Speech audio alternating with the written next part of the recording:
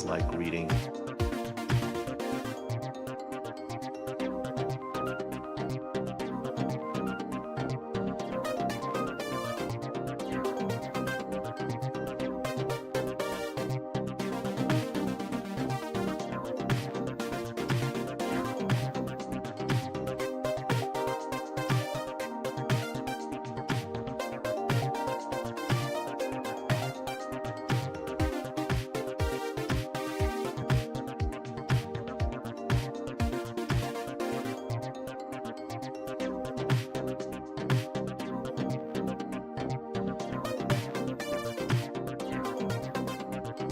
Go on and hit that subscribe. We're going to get started in just a second.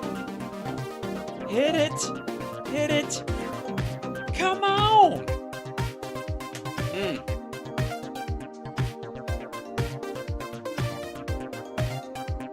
I'm your huckleberry. That's right. Hit it.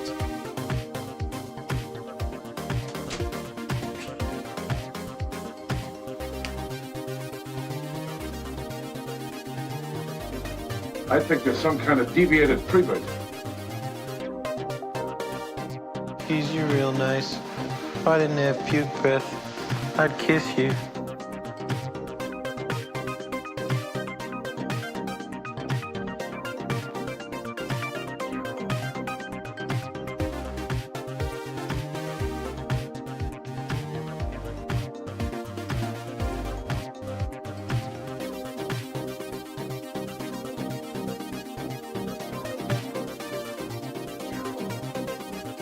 Don't touch my hands because they're dirty. He can do things with his tongue you wouldn't believe it. Asshole.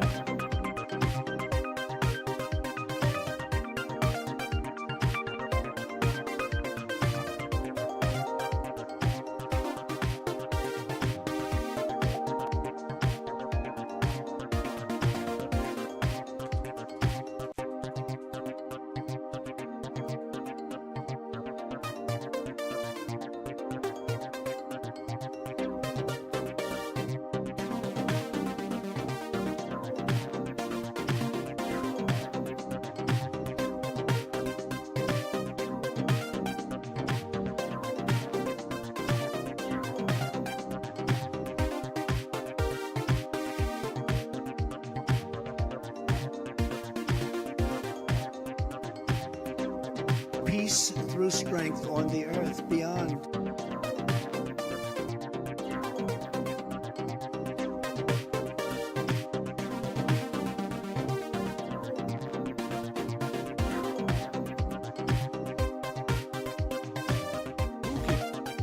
You try.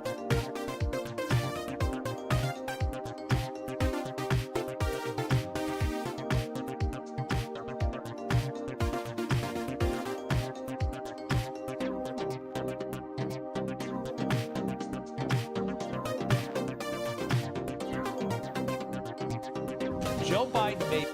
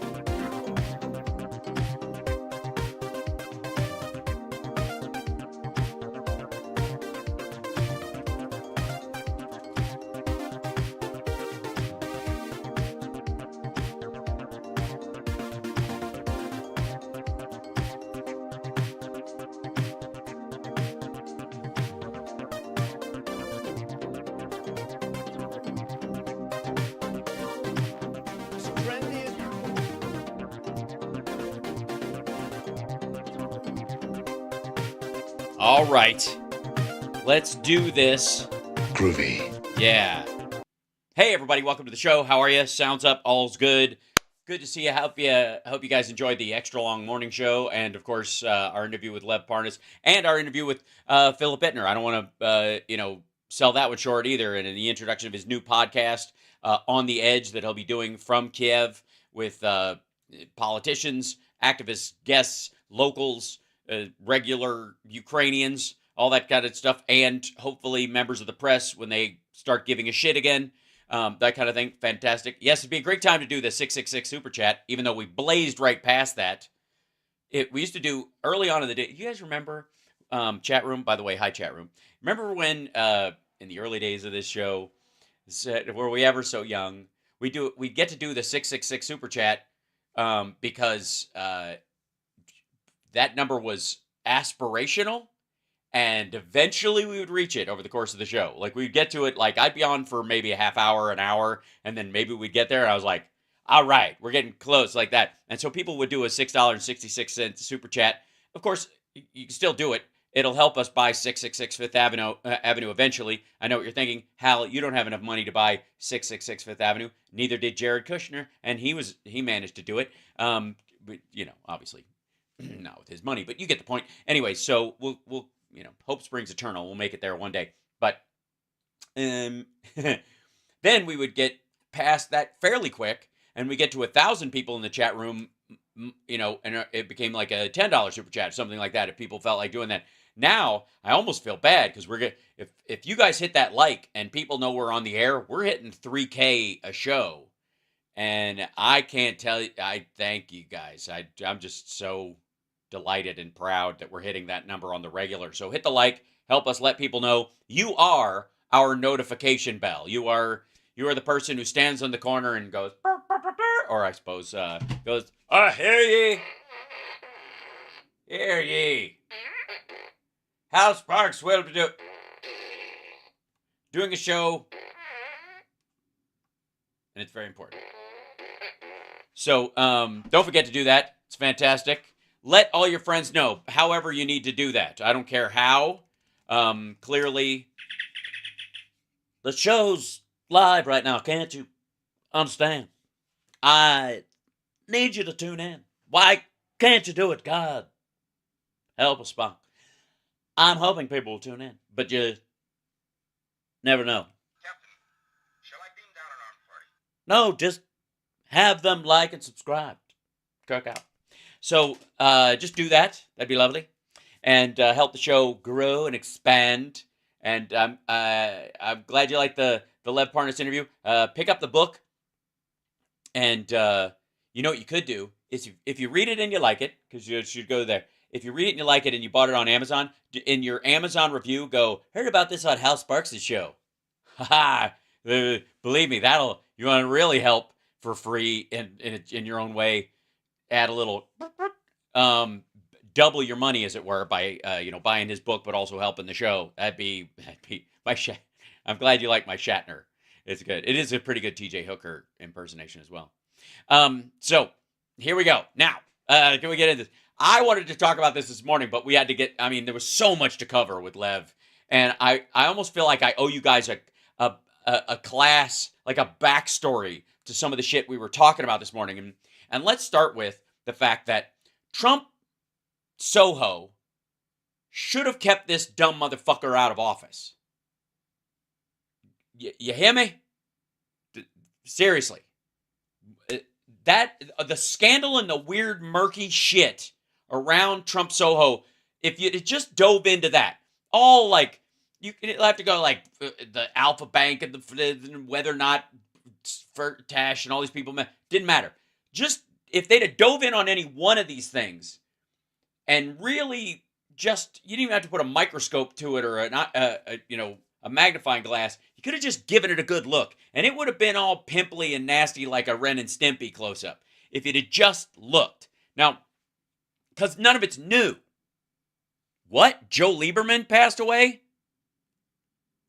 Wow. I'm sorry for his family, and that's a terrible thing. Joe Lieberman was not a good Democrat. He was not a Democrat at all. He was running as an independent, and then, kudos to Al Gore for trying to put a Jewish person on the ticket, which is really what that was about, Okay, nice step forward.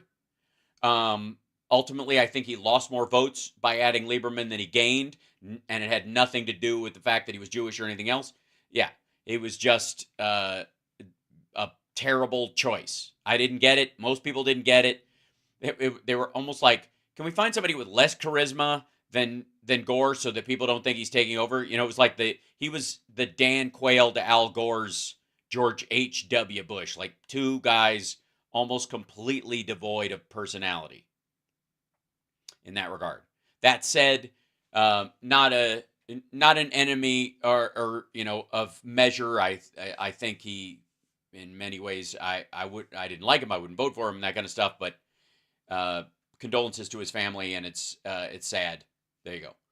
Because I just don't get into hating on people at that level. No, hold on. Lev Parnas released what he claims to be text showing an aide to former Devin Nunes coordinating with Trump allies on how to spread Biden-Ukraine conspiracy theory. Devin Nunes with his aide Derek Harvey coordinating with John Solomon, Victoria Tenza. Yeah, we touched on that today, which is very cool. And we will again. Hold on, let me see if I can get the support the show. Thank you very much.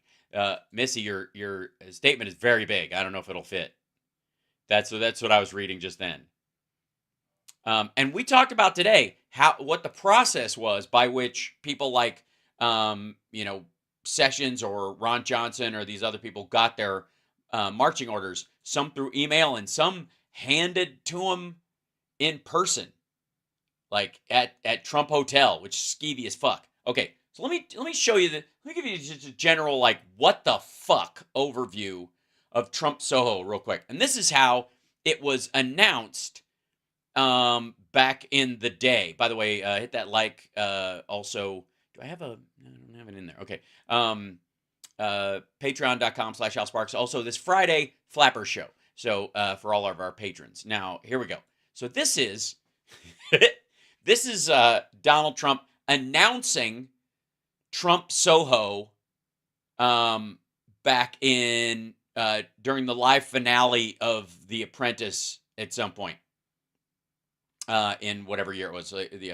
This is, I forget what this is, like 10 years ago. 10 years ago? Something like that. 12, maybe? Here we go. His trendiest neighbor. Hold on. Wait, I gotta make this louder. Also, just for the record, he's been a shouty, belligerent mess forever. Understand, the Trump live finale, for the record, and I'm sure those who've been around Trump and worked on it, like Noel and others, will attest to this, that they would do these live finales, but they would tape 80% of it. The only thing live about him was saying, so-and-so, so-and-so, you're fired. That was it. That's the only live part. The rest of it was all bullshit. And this is the same kind of idea, all right? He doesn't have a nut yet, so I don't have to put the alert up, but we'll get there, believe me. His trendiest neighborhood, Soho. Here it is. Soho, here it is. Located in the center of Manhattan, chic artist. By the way, chic artist area, as you can tell from this giant signpost. Who the fuck is doing fucking B-roll for us, you asshole? Enclave, the Trump International Hotel and Tower in Soho is the site of my latest development. This is the site of my latest development. Like, it's amazing how fucking stupid and loud he sounds. 50-story building will be the first condominium hotel in the city. You heard that right. The first condominium hotel. Hey, remember the Trump video phones? Anybody remember that? Anybody remember the thing he's being sued over? Yeah, right. You know, you're familiar, right? Where he was pushing this idea, you too could have a video phone and see someone as you talk to them. The man who's afraid to be on camera for 90% of his interviews, for fuck's sake. He was selling on The Apprentice these video phones. Okay, who's yelling now? Right. He was selling these video phones, and they're total shit. And at the same time, like a month later, you never heard of that? Oh, hold on 1 second. I'll show you, just in case you know. Trump sued over video phones. These things are fucking hilarious. It's like 90s tech he was selling in the 2000s. There you go. He got a dismissal of it, and then they did it again in fraud suit. Okay, here we go. I'm going to open this one up.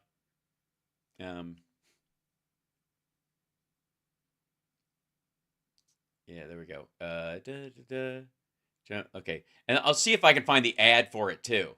But Trump was deposed in a fraud lawsuit that involved a failed video phone from 2008, which lawyers allege was doomed almost from the outset. So he, like Trump steaks and Trump vodka and Trump water and Trump, catheters and Trump suppositories, whatever the fuck he's been selling, all this, anything he can tack his fucking name on. One of the things he was selling was Trump video phones. Right about the time, you'll remember, probably almost the same year that your iPhone started doing FaceTime and that Zoom type of capabilities were starting to become available. So you didn't need a hardline thing at all. Yeah. So his timing is fucking hilarious on so many of these things. Seriously. On so many of these things, he manages to go, this is the future, when it's the recent past. He's just awful at this shit. Yeah. So his company and 3-year-old children, but I want to see if they have the picture of the yeah, they don't have the video of it because the thing is he sold it on The Apprentice. One of the other things about The Apprentice they don't really talk about. Hold on one second. Trump ad for video phones Apprentice. Let's see if I can find that.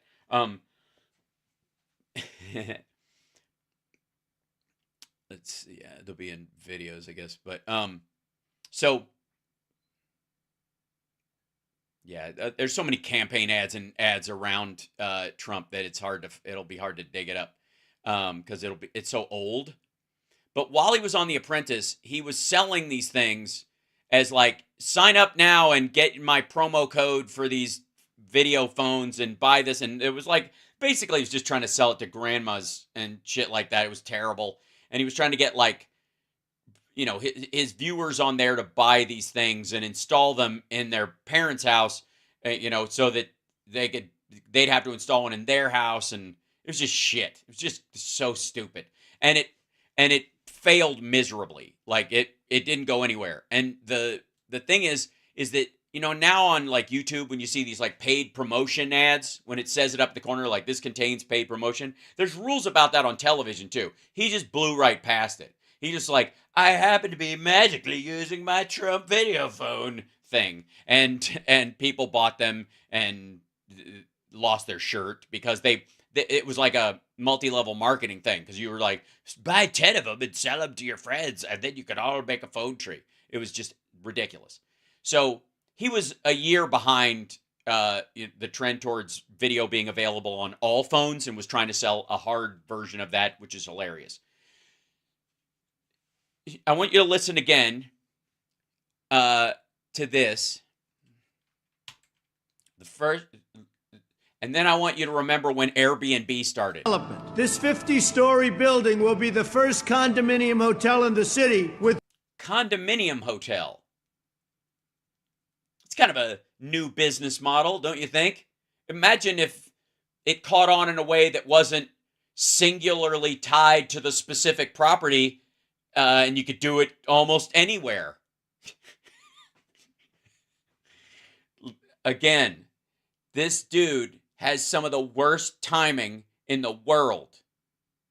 So the idea, yes, it's a timeshare Airbnb, which, by the way, I don't know if you know this, but your Airbnb, you can live in forever. You could be in there 80% of the year, or you could stay there all you want. But in this thing, you can only be there 28 days a year or some shit. I'll show you in a minute. World-class... There's an ad for it. It's hilarious. ...accommodations and panoramic views... and giant rectangular fucking building of Lower and Midtown Manhattan and the Hudson River. When it's completed in Well, as long as you're in these floors and up. The rest of it, you don't have that view at all. I'm just saying, you should know that. Buyer beware. 2008, this brilliant $370 million work of art will be... Yeah, other people's money, by the way. He didn't fucking spend a dime on this building. It's a licensing agreement. ...an awe-inspiring masterpiece. Nah.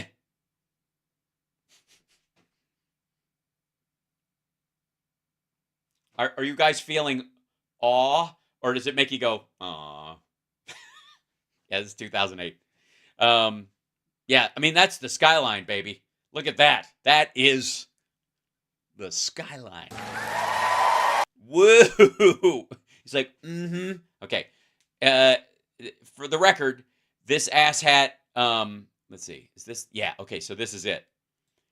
Nobody could understand what the ever-loving fuck they were thinking, building this, like, one-spot-only Airbnb kind of thing.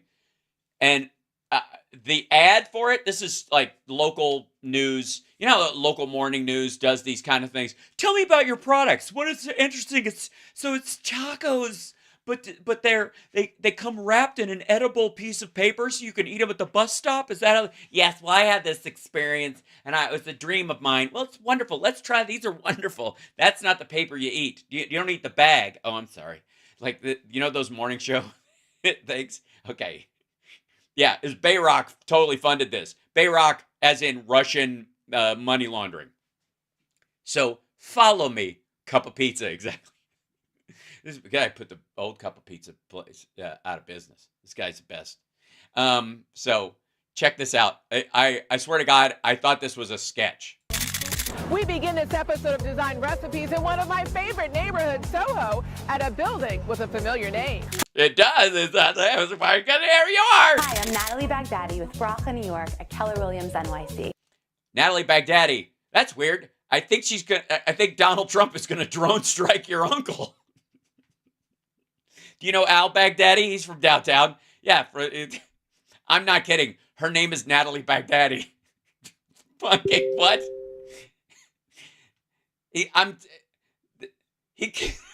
Wait, it gets weirder. It gets weirder. I'm selling buildings, roofs in a place by the man that was going to drone strike my uncle. Building with a familiar name. Hi, I'm Natalie Baghdadi with Brooklyn, New York at Keller Williams NYC. Hi, Natalie. Hi, Kathy. Welcome to Trump Soho. Great. Hi, Natalie. This is totally natural. I know. Welcome to All Natural. Hello. All right. Natalie, I've never been to a Trump residence before, so this is quite a treat. Now, I'm in a hotel? Yes, this is a condominium.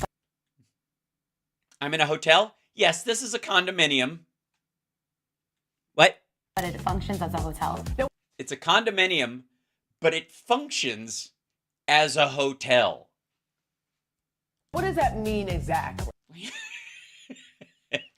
That's a good question. I mean, right out of the gate. I mean, I wasn't kidding. That is their name, Baghdadi. I would have phrased that question a little differently. I would have been like, what the fuck are you talking about? You mean like a timeshare or something? Now wait till you hear the limitations on this $1.2 million no-show apartment you can be in that rents out when you're not there because you're not really an American, I think is the key. Every unit is available to be purchased. So Every unit is available to be purchased. Asking price, 1.2 mil. And this unit is for sale, and basically Trump manages the property. Basically. And they rent out your unit daily, nightly, so that Daily and nightly. Okay, so it's like an hour rate kind of thing. So do they have like a bunch of hookers that, they've got on, as regulars, just on an hourly thing? They just pick up the key and go upstairs? Or who does the sheets now that I'm... daily and nightly. All right, well. you can get a great income. So you're buying... You can get a great income of people living in an apartment that you own that you'll never set foot in. it as is. It's a very turnkey investment. As is, meaning you cannot change it. No, those aren't the models, Chris. You can't change it. It's a condominium that operates as a hotel. You leave your shit in, that's the shit. You can't hang up your own fucking pictures. You can't do anything. I'm not kidding. You're not allowed to decorate. Don't believe me? Check this out. It features casa furniture from... It does. You mean I can't bring in my own furniture? Fuck no. bendy, which is really lovely, as well as the great finishes. Educate me a little bit about this type of investment. Yeah, what the fuck is going on? Honestly, this sounds like, and you'll have to forgive me because I do morning television bullshit. This sounds like bullshit. Absolute bullshit. I don't know what the fuck. This is nonsense. It sounds like you wanted to open up a hotel in Soho, but they have zoning laws, so you got around it by creating this fucking travesty, and your HOA on these places is actually just a facilitation fee for the hotel, and that you're basically just renting this thing forever. Sort of. Maybe. Opportunity. It's a condo, but it doesn't operate the same way as... Yeah, it's like a condo, but it's not really yours. It's a condo that you can't personalize at all. It's sort of a con job. It's kind of like a con man. It's a condo. You're conning people. I understand. Yeah, here we go. A condo, right? Tell me a little bit about the nuances. So The nuances. Here's the wait. Listen. All right. So we've been having fun so far. Listen to her description of this horse shit. basically, you own the unit and you have the opportunity to stay in the unit if you'd like. What? I have, okay. Run that by me again? Yeah, no. It gets worse. So basically, you own the unit and you have the opportunity to stay in the unit if you'd like. All the time?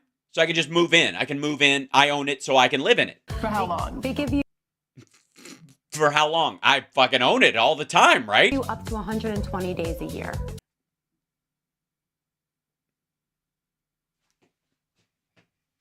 They give me up to 120 days a year.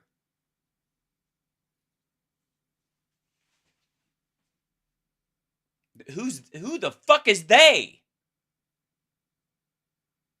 And by the way, it's not per se a timeshare because they can't sell it to another party the rest of the year. That would be a timeshare. That's also illegal in most of New York. That's a Florida thing. You can't live in it. You cannot. It's very much like Mar-a-Lago. It's not really a residence. I have a house in New York City. Really, how is it? I have no idea. I am not. I hope it looks the same as when I left it, but right now, God knows what's happening in it right now. Somebody could be high-end escorts and blow. It could be a visiting businessman. It could be empty. It could be that they could be scrubbing blood out of the rug. I don't know. So if you don't want to stay in the unit, you'll just generate more income because Yeah. You'll just make money on basically a 24/7, 365 hotel room that legally can't exist as a hotel room, but since you own it and you're renting it out all the time, and Donald Trump can slice off a percentage, they're going to rent it out nightly. But if you do want to stay in the unit, you have that opportunity as well and that flexibility. So yeah, the flexibility. Obviously, that flexibility ends at about less than a third of the year. it really is your unit. Is it though? Is it? If it's 102, if it's day 103, and they can kick my ass out, is it? It's just more of an investment opportunity than anything Yeah, it's more. else. So Yeah, it's more of an investment opportunity. You know, if you're an oligarch looking to buy 10 units you never want to set foot in. This is 7 years ago. This was posted right before, this was posted online 7 years ago, but this is 2008. Kathy, this is the master bedroom. Which you cannot change. And if you try, you will be sued and you'll be in violation of your HOA. Also, you know, I just real quick, I appreciate having chocolates by my bedside. It's a little weird when the entire wall is made of them. Are those the ones with the caramel inside, or are they solid? I just need to know what I'm biting into. You have beautiful floor-to-ceiling corner windows with love. Yeah, you got a great view of that rusty thing, whatever that is over there. And it's who needs grass? I mean, look at that is a breathtaking view. at night when you can only see lights. It's nothing says urban city rat like that view of all things. It's like, but you do have a view of the water. If you look around this thing and over there, I mean, you might as well be parasailing. Lovely views, and we're right off of the master bathroom. Now, what else? Well, that's good, because I feel like I'm going to shit myself. Looking at all of these beautiful finishes, that you can't change because it's not really your place. tufted headboard. This is all designed by Fendi. Exactly. Yes, it reeks Exactly. of his style. I mean, I have nothing against Fendi, but it's a bit much. And comes with every single Everything resident. you see. Nice. Yes, every unit looks exactly the same. Basically, you're living in a Lego building. I like that. Yeah. Now, this is a master bath that I'm seeing? So you have Is there a minor not master? the master bathroom here. Oh, wow. This is spectacular. It is spectacular. I think she meant spectacular. There's a tub by the window if you want to get freaky deaky. And then there's a little shower stall and a little twofer thing. Obviously that's a support column and piping, and you don't get to keep the rows. Isn't it enormous? You have. It is enormous. It's bigger than most apartments. But then the difference is that in an apartment in New York, you could stay there all the time. This huge, beautiful marble bathroom with double sinks. You have a lit vanity for the mirrors. Uh-huh. You have a television. Ease the fuck up. You have a television. Okay. Simmer the fuck down. Do you really? Because here's my problem with that television. One, it's near the sinks where you'll really only get to look at it when you're brushing your teeth or shaving or something like that, instead of over by the tub where you could watch it while you're bathing and not fear it falling in, or quite frankly across from the shitter where it would do you some good. It's an iPad, right? You get a TV. Say monitor. It's okay. Just say a monitor. Jesus Christ. And all your towels, your robes. You have this gorgeous stall shower with a rain shower head and an amazing soaking tub with a gorgeous view of your neighbors. the east side with a great Gorgeous view of the east side. light. And all this comes turnkey, the towels, the Everything. robe, all that. Definitely. Yeah, it's all going to be here, and it's going to be here every time. And even if you want something else, fuck you. It's not really yours. Now, when I mentioned that I'd never been inside a Trump residence, I'm always thinking about luxury and opulence. This is modern, luxurious. Yeah, it's not gaudy and smelly like I've always heard. Elegant, Yeah, that's because it's not his. all at the same. Oh my God. This is the future of tweeting. This is what what's room service? I blame you. Is this room service? I hate you. The taco salad was a mistake. Someone get Trump on the phone. It's terrible. Oh, God. No, of course I want seconds. Oh, God. Send it up right away. The phone's bigger than the TV. Oh, God.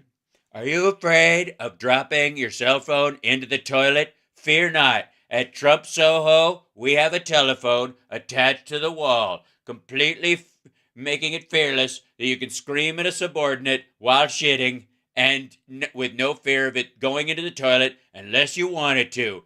Boo! Okay. It is. It's so lovely. It is lovely. It's lovely. Yeah. Yeah. And Kathy, and before we leave, I will show you these beautiful custom closets in the Oh, they're wonderful. And it'd just be like American Psycho, just a body falls out.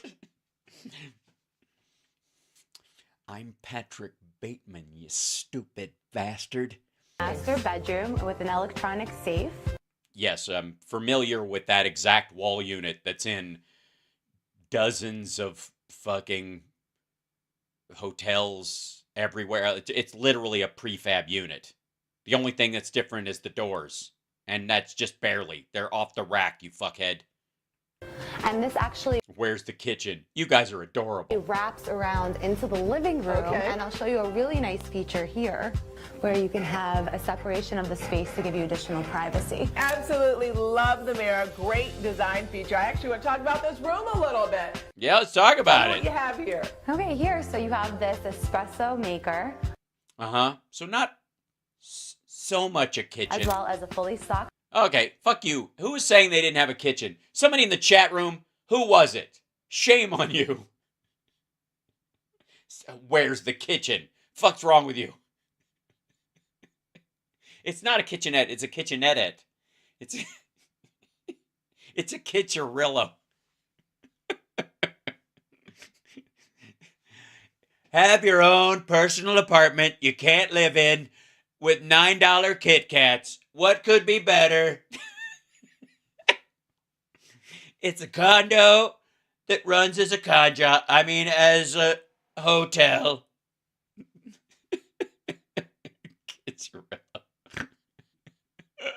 bar. You also have some refrigeration. Yeah, you do have some refrigeration.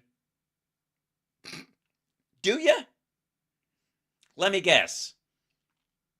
Basically, your off-the-rack mini fridge that's in every Ramada that I've ever stayed in. Below, under storage, a sink, Oh, a sink. Well, fuck me. I didn't realize. as well as an area to put some cups and glasses.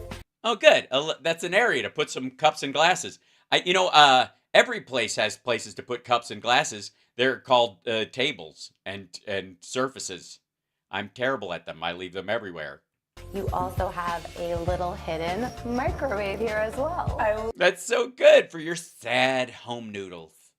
When you're like sitting in the place for the one time a year you can afford to be in it, you can microwave yourself some Swanson dinners that from the Tucker Carlson collection. Love that. And that's something that you normally don't see in Yes, you normally don't see a slide out microwave. That's really weird. Don't open the bedroom door, I'm microwaving. This is nuts. Right. It's basically, if you think about it, it's kind of like an RV that you can't always use, that's always broken down and most of the time someone else is living in.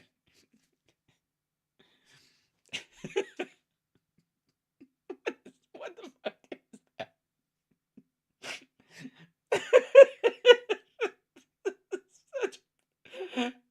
Such shit. Oh, God.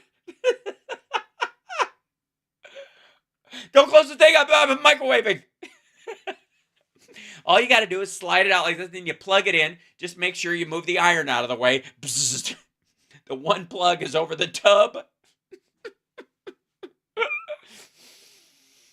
Oh, God. All right. I'm sorry I'm turning red. It's the camera. I haven't reset it yet. It makes me all pink.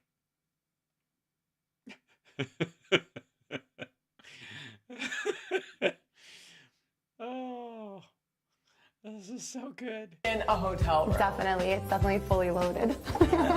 Yeah, it's so awesome. Thank you so much for bringing me outside. Soho has always been one of my favorite neighborhoods. And Yeah, Soho is great, and it's amazing. Soho, the streets of Soho, very much like the condos in there, is that you can hang out there for a little while, but if you stick around too long, they'll hit you for loitering. Okay, so now we that place was mobbed up like fucking crazy, and yeah, hold on, let me open this up.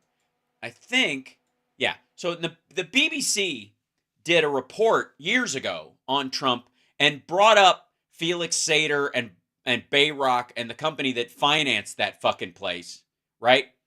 And and this is a little. Let me show you a little slice of this report. Also, that's hold on. That's Felix Sater, by the way. Also, be prepared to see white-haired Trump, which at one point I didn't even know was an option previous to this. But watch this. Felix Sater. Look at that.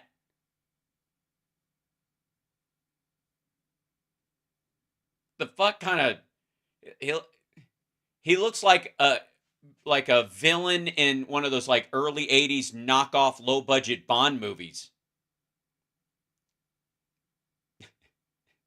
And I can understand why he goes yellow, because it's not a good look. It doesn't quite work. He's got more hair, and yet it's weird. Yeah. And he was connected with the mafia. Again, John, maybe you're... He's talking, okay, he goes, hold on, let me bring this back. He goes, we asked him about Felix Sater.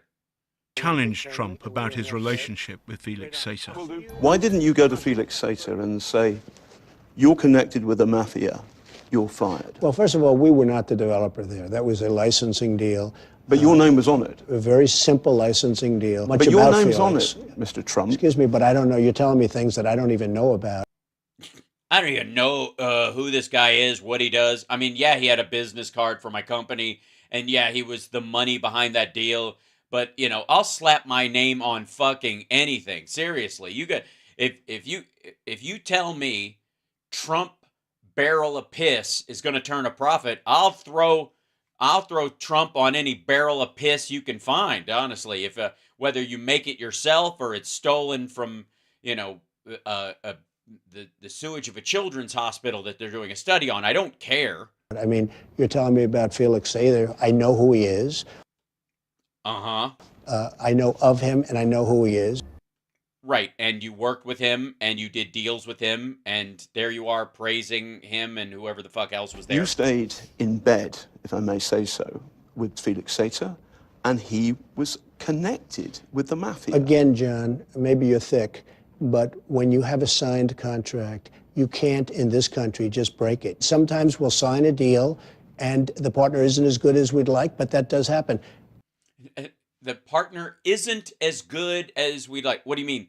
He didn't have enough mafia ties? And by the way, John, I hate to do this, but I do have that big group of people waiting, so I have to leave. No, hold on. One last question, please, sir. I have to leave. Thank you. Okay, all right then. Now, they do a little follow-up based on what he said. Newsnight has now obtained one of the key Trump-Bayrock contracts, which has only recently been unsealed by the courts. And what Trump told me wasn't true. Huh. You don't say. Look at this. It's what's known as a bad boy clause. It states that Bayrock shall do nothing to bring disrepute to or in any manner impair or damage the Trump brand. Well, it couldn't. I mean, literally, being mobbed up and completely sketchy is probably better than being just dumb enough to do business with Trump at that point. Sater's convictions were reported by the New York Times in December 2007. The critical question is, before that date, did Trump know about... Of course he did. Sater's racketeering past? Here's some evidence Trump could have found when they went into business together. The guilty plea was publicly announced all over the world in a press release put out by the United States Attorney's Office in New York. And because Felix Sater pled guilty in this case, they were about to co-authored by the FBI field office. The press release went all over the world. It was published even in The Guardian. I think it was published in Australia. I'm not sure. It was published in the New York Daily News. There was also issued that same day an indictment against his co-conspirators, and that indictment identified Felix Sater by name as one of the co-conspirators. And that was public record. Yeah, so, like, Trump knew this. Everybody, like, working on it knew this. Now, let me show you something else real quick. So, one of the things about Trump Soho that was sort of fucked up, I mean, more than just sort of, but was certainly part of, let's see, is it under here? Is it? Yeah, okay, hold on. It's over here, yeah. Is that... the Trump Soho thing was like Trump's first attempt at throwing Don Jr. and Ivanka under the fucking under the bus, basically letting them run this to give himself, plausible deniability and get himself arm's length away from it, right? Yeah, the mob was big into construction. They talk about the fact that, that the one of the Genovese crime families, they were into concrete, right? And everybody else was building steel towers in New York. And Trump decides to build, that Trump Tower is the biggest concrete structure in Manhattan at this point. And, and because he had access to all this concrete, and literally the mob owned the concrete business, that's why a lot of people did steal, so they could deal with the mob as little as possible. And Trump was like, fuck that. I'll take all the concrete, these guys will love me. Right. So Ivanka and Don Jr. mysteriously dodged charges for Trump Soho sales practices. So there was it won't surprise anybody that there was a con in the condos, the condo hotel. So this was the thing. Let me blow this up for you so you guys can see this. There was also, the Major Economic Crimes Bureau of the DA's office opened an investigation of the Trump siblings that same year. And then by Trump Organization hired several top New York criminal defense lawyers to represent Don Jr. and Ivanka. While the lawyers conceded that their clients had made exaggerated claims, they argued it didn't amount to criminal misconduct. There was also another issue at hand. And this is the part that sounds like everything else Trump does, including the fraud. In that Trump and their partners had reached a settlement with the misled buyers. According to the article, the defendants agreed to return 90% of the buyers' deposits plus their attorney's fees, but they extracted a rare concession in return. The plaintiffs agreed not to cooperate with prosecutors unless they were subpoenaed. So the deal on this was, here you go. Trump Soho was unveiled by Trump in 2006, marketing condo hotel units in which buyers got a hotel room rather than an apartment and were legally prohibited from staying there more than 120 nights a year. This is exactly his same situation in Mar-a-Lago, although I think in Mar-a-Lago it's 90 days. He has to stay on the road or go someplace else, but he can't stay there all year. Sales launched in 2007, right before the financial crisis, and the building struggled to sell. In 2008, Ivanka announced that 60% of the building was spoken for. 60%. In reality, only 15.8% of the units were sold by 2010. Ivanka Trump defrauded investors and people who were buying these condo hotel bullshit things in that place by saying it was sold, it was over 50%, it was 60% sold. And therefore, you could go to your bank and say that it's 60% occupancy. This building is full. Like, this is a good investment. It's going to go up. If it hits 60, that means there's buyers. Even if I have to get out quickly or I fail to make my payments, you guys will be able to sell it for more than it's worth. And that's what you go to the bank with in these situations. And she was lying. Yeah, Ivanka. But the overall sales deal hinged on the Trump Organization selling at least 15% of the units because by law, the sales couldn't close with anything less. Without enough sales, the Trumps would have to return buyers' down payments. Some buyers who felt misled sued the Trump Organization and others involved in the project in New York federal court in 2010. There was also a separate lawsuit which claims Trump Soho was developed with the undisclosed involvement of convicted felons, plus financing from questionable sources in Russia and Kazakhstan. This is an old story. There was also a separate lawsuit. And for fuck's sake, like how... You could dig into this shit if anybody in just New York media had dived into this thing back then and gone, wait, there's two lawsuits over one fucking Trump property. The place is supposedly sold 60%, but it's only at 15.8 as far as we can find. That 0.8, where the fuck did those guys come from? Are those even real, right? Did he buy units in his own building to get it over the hump into the 15%? And also, there's this other real estate deal where everybody's like, holy fuck, who paid for this motherfucker? Right? And of course, when it, our experience with Kazakhstan in, up till this point, I think, has been kind of limited. And now I think we've all gotten a better look at it since Russia attacked Ukraine and Kazakhstan has basically severed ties with the Kremlin. So this in and of itself, I mean, that's a fucking book by itself. Bought more than one unit, you could just switch every 129 days. Well, Buzzkill Monkey, that's exactly what they're saying, like, people did if they even bothered to say in it. Yeah, it was all Russian occupancy.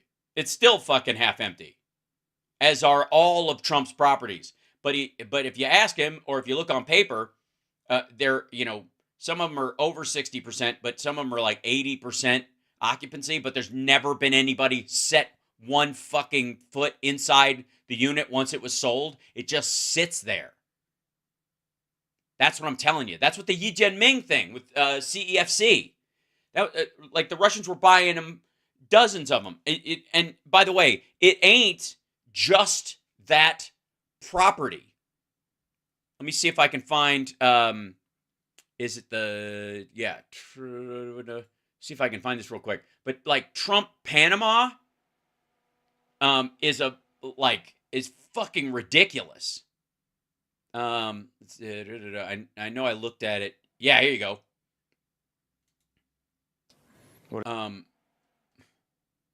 Here you go. Richard Engel did a report on this, and this is back fucking 6 years ago. This is during Trump. This is when Trump's was president. Sorry, Richard. There you go. Slide him down there. Real quick, I just conjunction with our friends at Reuters into that building. That's Trump Tower, Panama, and Trump Panama was the first foreign building they built. The laundromat. It's the laundromats. It's the laundromats. Buenos dias. Hello, I'm Ivanka Trump. Hi. Why would you expect me to speak Spanish when you're selling it to? I mean, why wouldn't you say, ish tovarish, something like that? Welcome. It was the first Trump-branded tower to go up overseas, and the first Trump project Ivanka led from inception. Visit our lobby This is where this is Operation Hang the Kids Out to Dry. concierge, our beautiful pool deck, our That's wonderful. It's a great. Ow! Ow! 10,000 square. Cut your nails. Our state. One day I'll work at a real building with a real gym instead of these pampered trophy wives who can't even lift 5 pounds. It's depressing. Our Cava 15, our exclusive. Our mini Epstein Island. We call it Little St. James. P. Diddy's hiding there right now. Beach club. No request is too large or too small. It should be, though. It should be. Some requests. I mean, if you come downstairs dragging a giant bloody duffel bag that's leaving streaks across the floor, you might be moving in the direction of too big an ask. Also, stop calling down here, you petty fuck. No, we cannot have someone come in and lint scrape the sheets while you sleep, you lunatic. There's some things are too big and too small. Come on. Now that sense of ownership is gone. The Trump Organization, which no longer runs the building, says it had no hand in vetting the people who how the fuck were we supposed to know? Financed, sold, or bought it. Now that Peter, thank you so much for gifting the memberships. That was lovely. Bless you. President. Oh, by the way, this guy's wearing a disguise.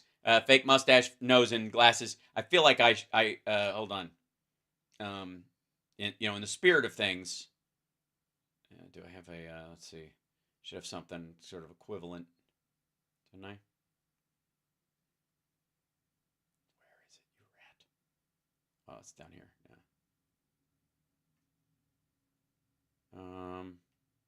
Nah, that won't work. Where'd my guy go? I must be looking right at it.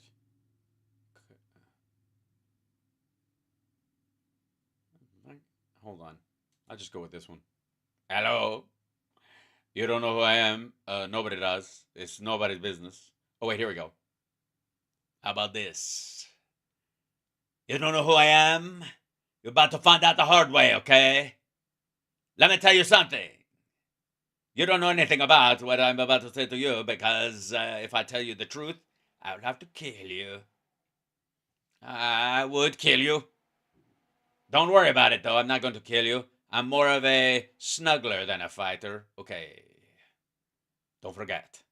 Trump is in the White House. Do you think the Trump organization and the Trump family are trying to distance themselves from you? Well, hey, buddy.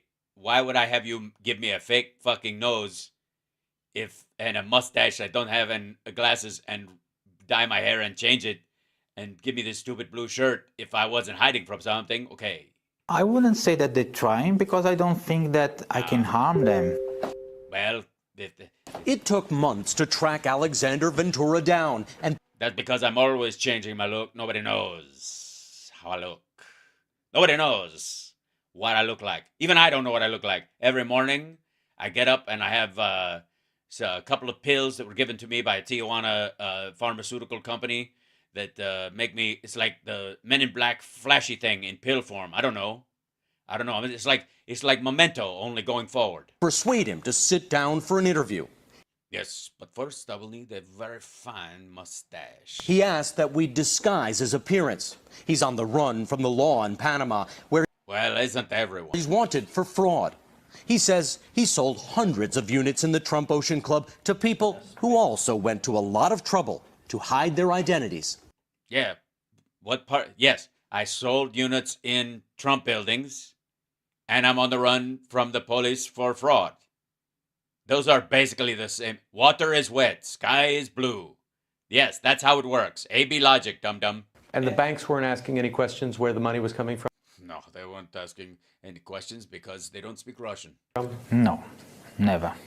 Sounds like nobody was asking any questions. I have no one asks. That's the rule number one.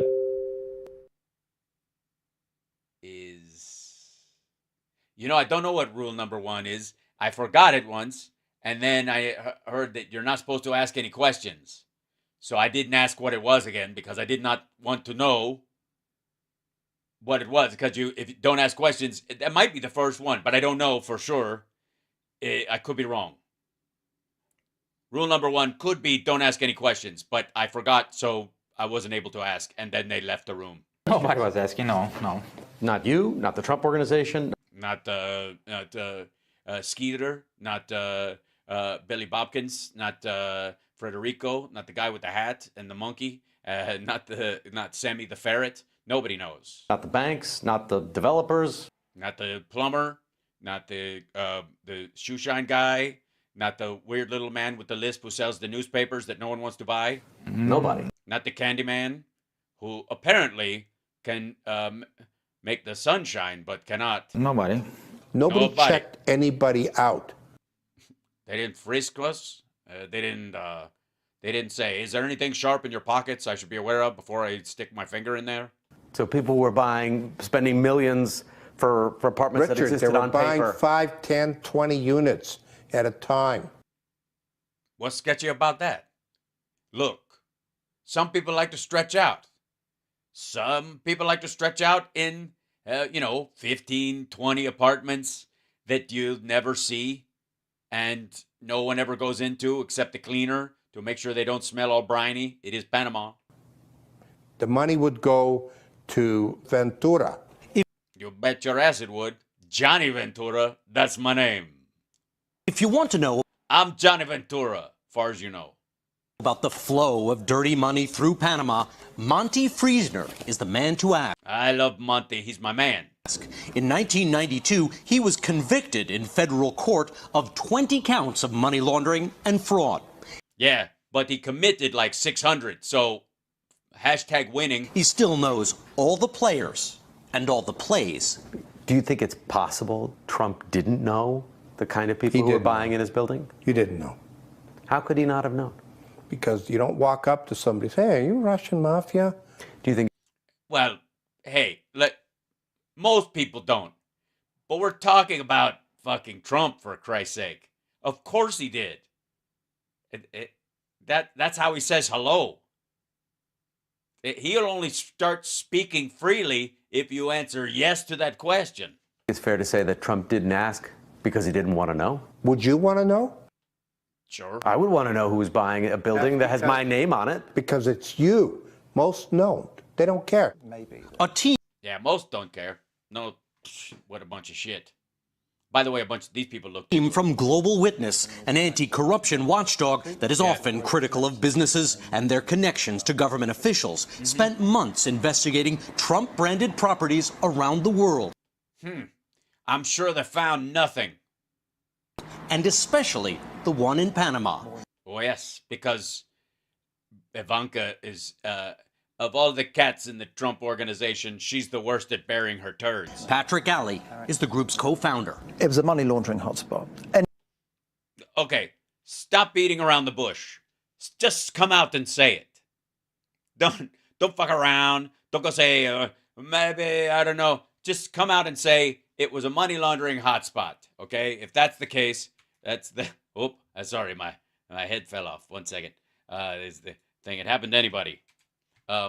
Just if... Don't be all namby-pamby.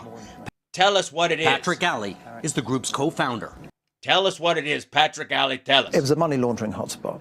Okay, well, all right. Well, he said it. There we go. All right. Well, I can't argue. Not really at this point. Any responsible businessman should want to know who their clients are. Oh, so not Trump. Gotcha. Okay. Yeah, that makes sense. And where the money's coming from. If that responsible businessman is now the president of the United States. Yeah, but I got to tell you, I don't know where this responsible businessman shit is coming from. I mean, maybe he was president because that's how it works, but that one doesn't make you the other all of a sudden. This is a matter of public interest. The idea for the Trump Ocean Club was born long before the businessman became president. Oh, yes. It was in the 2000s. Oh, my God. Why are you yelling in your car, you crazy fuck? On his hit TV show, The... We got to skip past this because I'll get a fucking strike. Bennett, Bennett, Bennett, Bennett. Money, money, money, money! Bennett, Bennett, money, money, money, money! That kind of, I hate that fucking song, man. That they take the Trump brand global. Panama seemed like a good place to start. Yeah, now, what we need right now is like a bullshit story, right? We don't need the truth. We don't need okay, it's a money laundering hotspot. It's closer than the Suez, so it's a good place for a bunch of sketchy fucks to bury their cash. We don't need that as the reasoning, okay? We need like a bullshit, I fell in love with the place story. Well, my interest in Panama really began when we had the Miss Universe contest in Panama, which I own. I own the Miss Universe, and it was one of the most successful contests we've ever had. So I was in Panama. I was there for quite a bit of time with the Miss Universe, and I fell in love with the place. Huh. Wasn't the other way around where you're like, we should move this to Panama because like we could shuffle all kinds of money around, and you got all these sketchy, creepy fucks from all over the world, you know, who always seem to try to weasel their way in next to beautiful women like Trump does, all showing up in the same place. It's almost like this is like golf for adjudicated rapists as far as cutting deals. But the Panama he was falling in love with was not the Panama where more than a third of the population lived in Yeah, but don't be ridiculous. Of course not. You know, like, you think he ever saw that? Get the fuck. Poverty. That's the big shiny part. He likes the big shiny Miami part. Yeah, we know this. That's the place. Okay, there we go. And back to this guy. And they were pre-selling all the buildings. And the more they built, the more they sold. But nobody ever occupied the apartments. One more time. What was that again? The more they built, the more they sold. But nobody ever occupied the apartments. Hey, I think that guy Hal Sparks has been talking about something in like New York, that was the methodology. You think he maybe imported that methodology from Panama or other places, or he was just exporting that method, that it was just kind of a growth industry or something like that? Like they never set foot in the fucking place. They were empty buildings. They were empty. Yeah, gee. Now I want you to envision America. I want you to envision the downtown regions of your biggest cities and these large apartment condo buildings that at nighttime are strangely not lit up except for the lights in the, in the hallways. Empty buildings. Yeah. So it's bullshit. So does that give you some kind of indication that if they'd have just dug deep on any of these motherfucking shows, on any of the reporters or any of these magazines or like the New Yorker or the New York Times, if they'd have just jumped into these things, and they each of them did a little bit, most of them way late. Here's an idea. This is from NPR in 2017. Motherfucker was already president. A shiny hotel wrapped in glass, but hiding mysteries. In December 2006, workers broke cold ground in Lower Manhattan, preparing the way for a glass-clad, towering hotel to be called Trump Soho. They're just west of just west of the south of Houston Street neighborhood. The backhoes dug down. They hit hundreds of bones, human skulls, femurs, and forearms.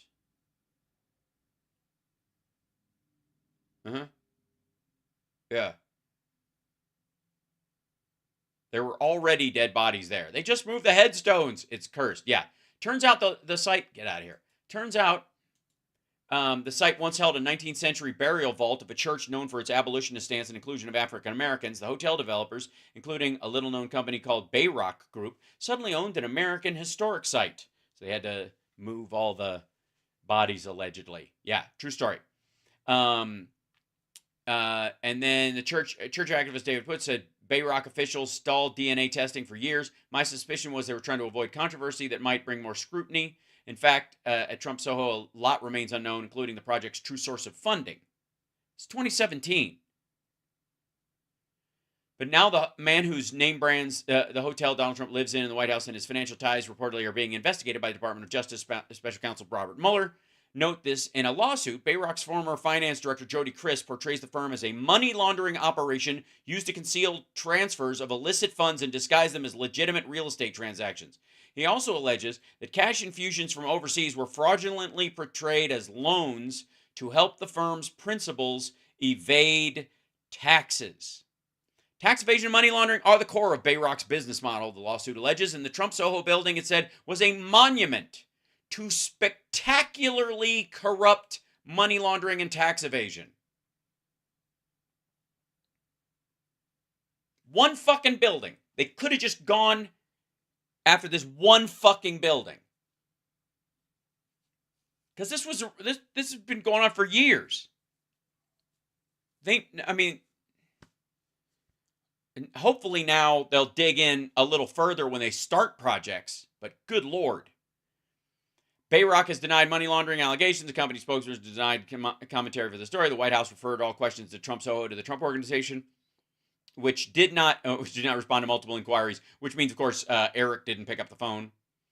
There was a... Let's see if I can find this. Hold on. Oh, that's for the next thing. Hold on. This one. Where are you, you silly thing? I'll find it. Hold on one second. It's over here. Yeah, hold on.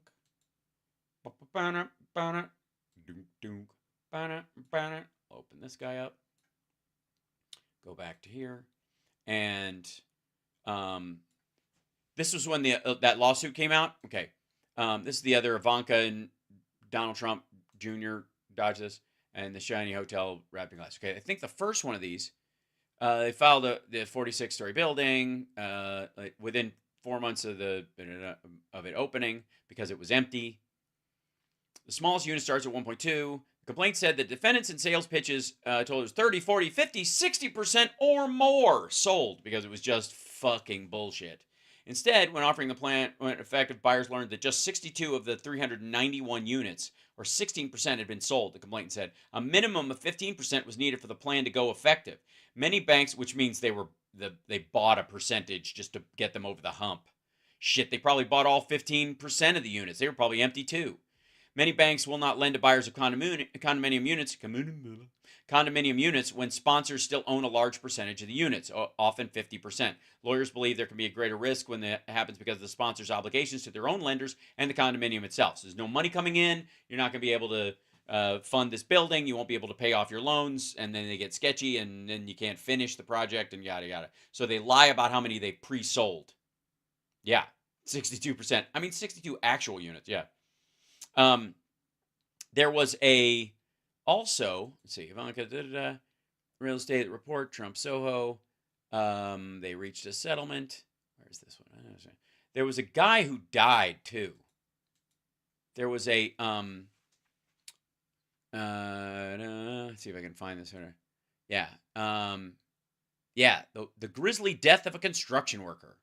Substandard construction, here it is. Substandard construction at Soho, Trump Soho, led to fatal collapse. City authorities. Get out of here. Oh, you rat. Good Lord. Calm down. No, you can't have that. So, reload it. Wooden supports bracing the top floors of Donald Trump's Soho condo tower failed. Oh, you son of a bitch. Hold on. I'll find a version of it that isn't behind a paywall. Trump Soho worker killed.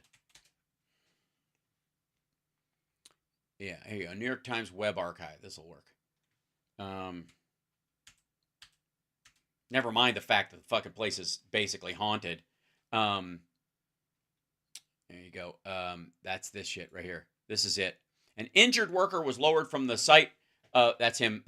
See this right here? They're lowering the guy on a plank right here, on a spine board or a support. The site of construction accident, Trump Soho Hotel and condominium tower. A second worker was killed after he fell from the 42nd floor. A construction worker plunged to his death, and 2 others were injured after a wooden structure on the 42nd floor of the Trump Soho Hotel and condominium tower under construction in Manhattan collapsed. City officials said the building, which was set to rise 46 stories, has been a persistent source of debate, with community groups complaining about its size and proposed use even before construction began last May. The worker fell from the 42nd story, the uppermost story built so far, at 1:52 p.m. when the wooden structure broke apart while concrete was being poured into it. Concrete. We're on the 42nd floor of this fucking building. And yeah, where was Eric? Again, Trump loved fucking concrete, man. The uppermost story was built. Assistant Chief Thomas Galvin of the fire department said in an afternoon news conference a second worker fell from the 42nd floor, was saved by some netting around the 40th floor. Jesus Christ. One other worker suffered minor injuries. All 3 workers are employed by Defama Concrete. The family. Concrete. A concrete subcontractor for Bovis Lend-Lease, the general contractor. Witnesses reported that a large number of firefighters and emergency medical. Okay, I don't need a witness to the actual firefighters and stuff. Preliminary reports indicate the concrete formwork on the 42nd floor failed, leading to the part of the formwork collapsing on the 40th floor. Building forensic engineers had determined the new building under construction is not in danger for further collapse, and the crane at the site is stable. Building forensic engineers are conducting interviews and assessing the construction site to determine the exact cause of the partial collapse. The buildings department is vacating the top 2 floors of 2 neighboring buildings, 145 and 155th 6th Avenue. I guess the locals really love that, his neighbors. As a safety precaution, the vacant orders will any building lower than his with shit might fall on it. The vacate orders will remain in effect until the general contractor at 246 Spring Street, Bovis Lend-Lease, makes the construction site safe.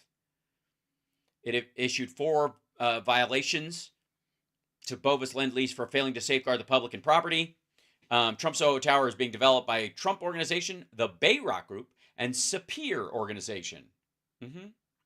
Which I believe Felix Sater had a Sapir organization business card as well. Like he was in all these groups on this thing. There he is. Last month, New York Times reported that an employee of the Bayrock Group who was involved in the project, Felix H. Sater, was accused by federal authorities in 1998 of money laundering and stock manipulation, a federal complaint that remains under seal. A subsequent indictment in 2000 stemming from the same investigation described Mr. Sater as an unindicted co-conspirator and an important figure in a $40 million scheme involving 19 stockbrokers and organized crime figures from mafia families. The indictment asserted that Mr. Sater helped create fraudulent stock brokerages that were used to defraud investors and launder money. That Felix Sater, remember Felix Sater? That's the guy. That guy had, well, shit. We'll see if we can find a picture of it. I can't imagine we wouldn't be able to. Let's go back here, chat room real quick. Felix, this is a little more free flowing today than normal. Let's see. Felix Sater Trump business card.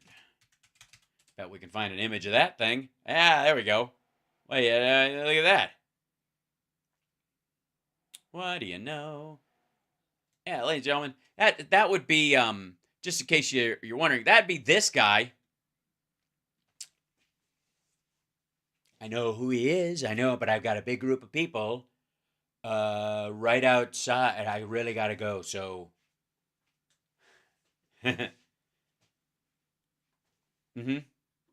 yeah, financial fraud, securities fraud, fraud up and fucking down. Trump business card. I know who he is. So you didn't sue him for, you know how Trump loves to talk about those ladies that put on their bonnet and they're so proud to vote, and they showed up at the voting booth and only to find out someone else had used their ballot. Remember that shit? And all of us went, well, I hope they flagged down a policeman and explained what had happened and got people arrested, for voting in their stead. No, they didn't. They didn't file a report at all. You'd think that would, I would, you would, right? Shit, if I found out somebody had voted in my stead, I'd be like, what the fuck? I'd make a huge stink about it. I wouldn't tuck my tail and go, well, I better luck next time. The only person that does that, I think, is somebody who tried to vote twice. And when they were confronted, went, what? I can't, I imagine. Oh, is that, I think I left my car running, and then they fuck off, right? You would file a lawsuit, right? I would, any logical person would. None of them did. Not a fucking one. All right. Also, let's say you are Donald Trump or someone like that. Let's say you're a Donald Trump that doesn't grab women by the pussy, because I would like, some of you to be able to even imagine this. And you know that most of your deals aren't in construction even anymore. They're brand deals. Your brand is the most meaningful thing to you. As a matter of fact, you have bad boy clauses in some of your stuff. You can't fuck with the brand. You cannot destroy my brand while you launder money. Keep it on the down low, right? Right?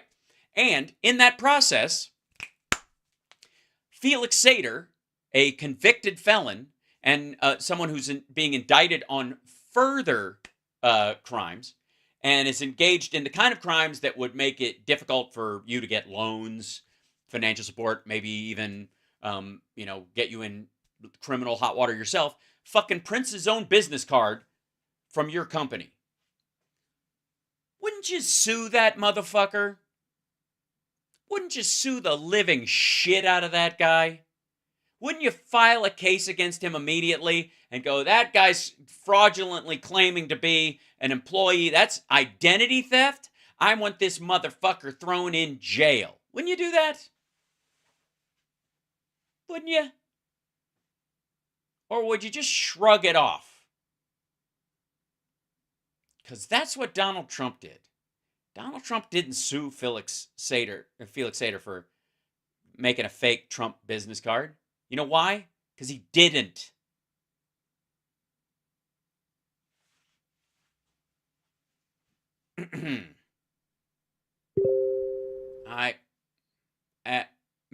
Do I have to think up all this stuff? I hope so, because I'm glad to do it. Let's be honest. First of all, I love you guys. Like, subscribe, give a thumbs up, support the show, patreon.com/houseparks, etc., etc., etc. But also, can other people, and I'm not going to be stingy with any of these points, can other people point that shit out too?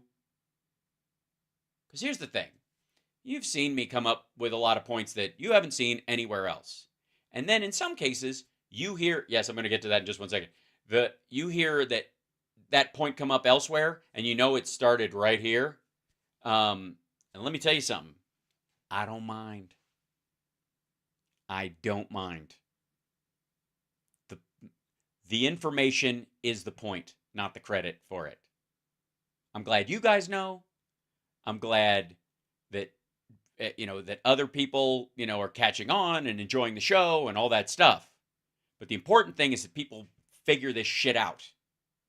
Yeah, especially with TikTok. They'll get there. Yeah. So, yeah, I don't mind. I don't mind stealing bread from the mouths of decadence. I can feed off the powerless when my cup's already overfilled. Is that a Phil Collins lyric? No, it isn't. That's you're thinking. I don't care anymore. I don't care no more. Yeah. Yeah.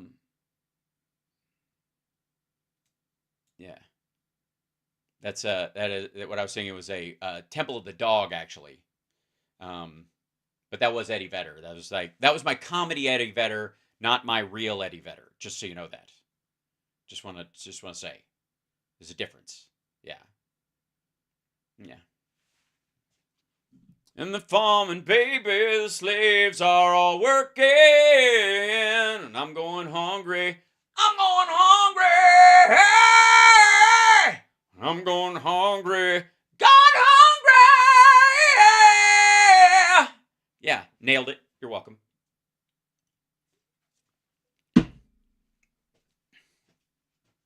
Boom. A little bit of Cornell for you.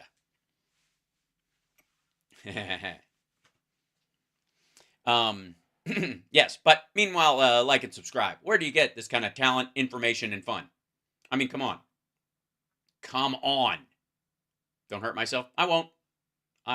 Katie Tang's going to take care of me. She's the new unofficial vocal coach of House Sparks Megaworldwide.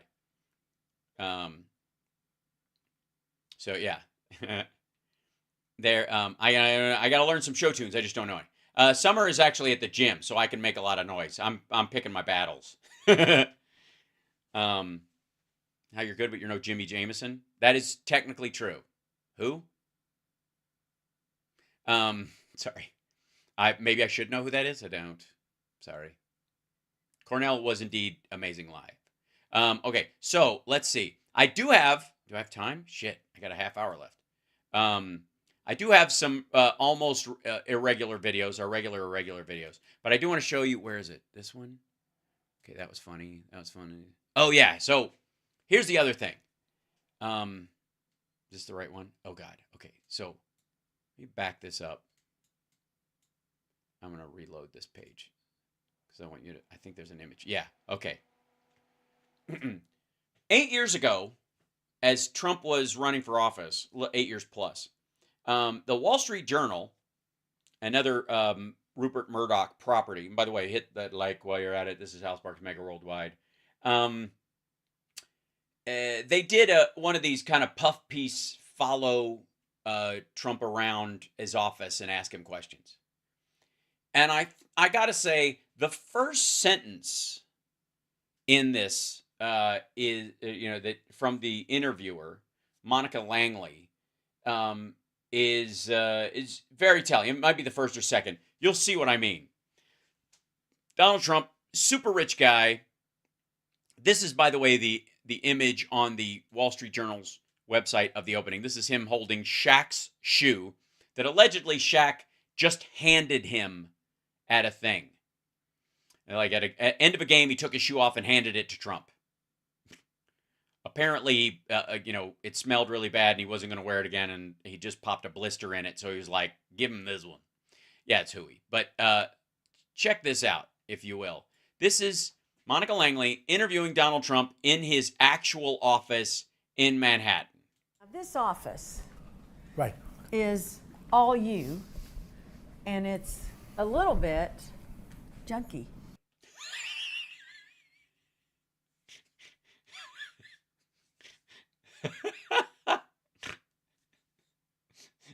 It's a little bit junky. Look at this. Look at his face. Oh,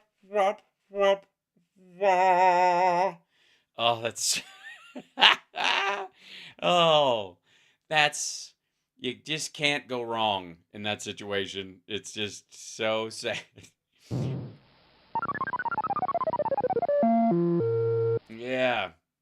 It's a little bit... It's it's a little, bleh. You know, if you look at it, it's a little, it's so you, and by you, I mean, it smells very This bad. office Right. is all you.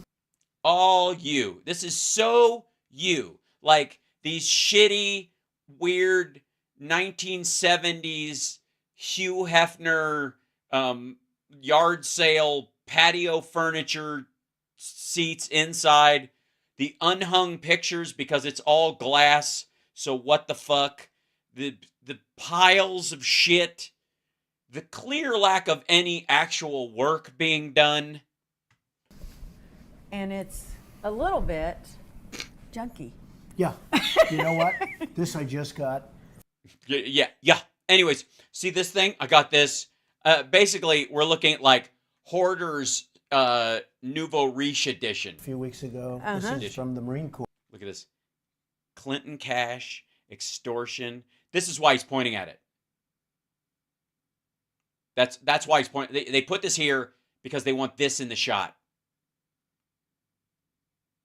This was a campaign trick. Look at this. Look at this shit. Yeah. Fucking manipulative prick. And the Wall Street Journal helped. This is Rupert Murdoch helping him out. That's the chair for The Apprentice. That's the chair for The Apprentice. It sits over there. It's very lonely. For $1,000, you can fart in it, and $1,500, you can shit in it, and for $2,000, Ivanka will do that. Never mind, it's not for sale. Oh wow! These are. Yeah, it's good. That's a nice one. It's a great.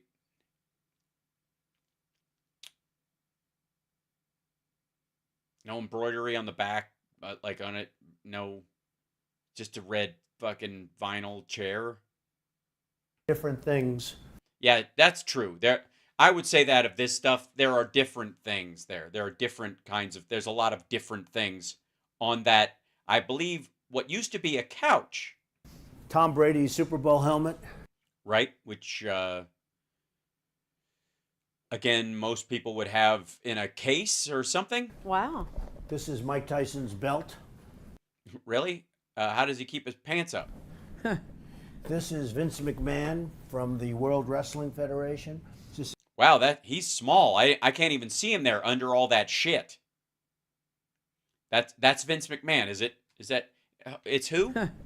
This is Vince McMahon from the World Wrestling Federation. Oh, okay.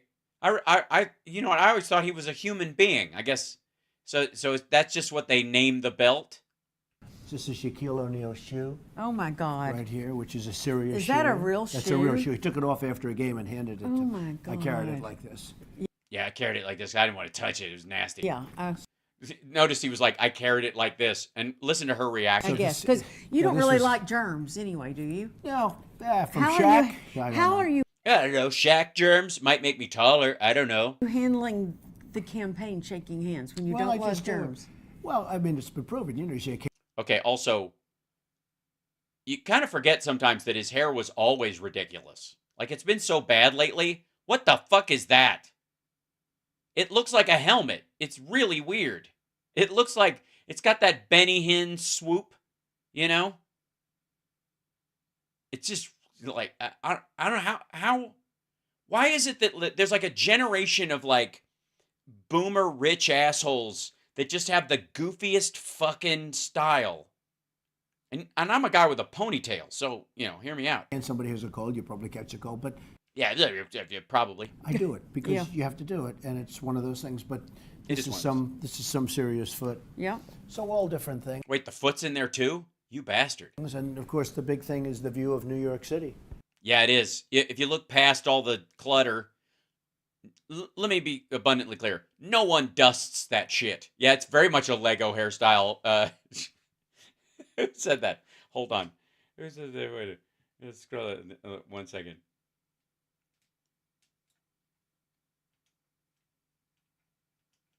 Have to scoop over here real quick.